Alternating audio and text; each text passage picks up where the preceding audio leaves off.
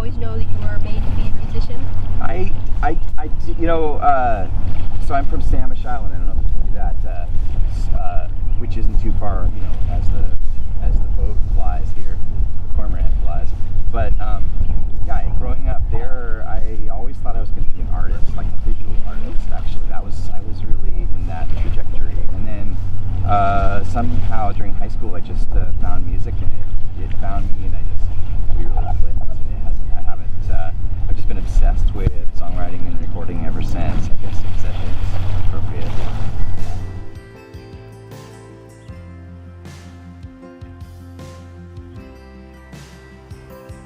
Do you have a favorite restaurant in Skagit County? A place where you just love to go and you just gotta have that good grub? Oh my gosh. The problem is living where I do, just outside of Anacortes, out of town, is that there's so many great restaurants downtown, and the Drift is fabulous. A-Town is incredible. Brown serves great food. Dad's is incredible. But my favorite restaurant in Skagit County is definitely La Bamba. I have to say, that Mexican place, like right on the kind of the revetment there. That place is incredible. La Bamba takes the cake. It's just so it's great. Like, I think it's more ethnic than normal kind of American Mexican food. It tastes incredible, and that place is amazing. Yeah.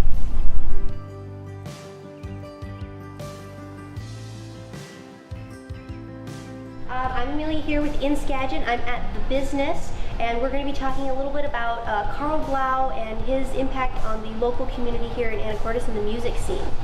So tell us a little bit about Karl Blau and kind of how you met him or heard of him.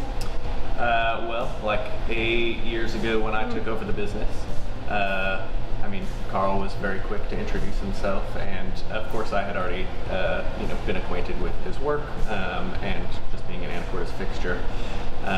But he's an essential part of our music scene, because he's constantly booking shows in town, bringing local artists through and having them play with, touring acts, as well as like running the show chime, the local show paper. And then, of course, having a bunch of stuff to sell. And I also think Karl's been tied to the business since he was a teenager. Yeah. I know that when we were located up the street a little bit, he worked at the business and then recorded some of his earliest tapes there, and has been a big part of it ever since. So tell us about that you guys have a lot of music here from the different local bands. Tell us, kind of give us an example of the variety that you guys have here.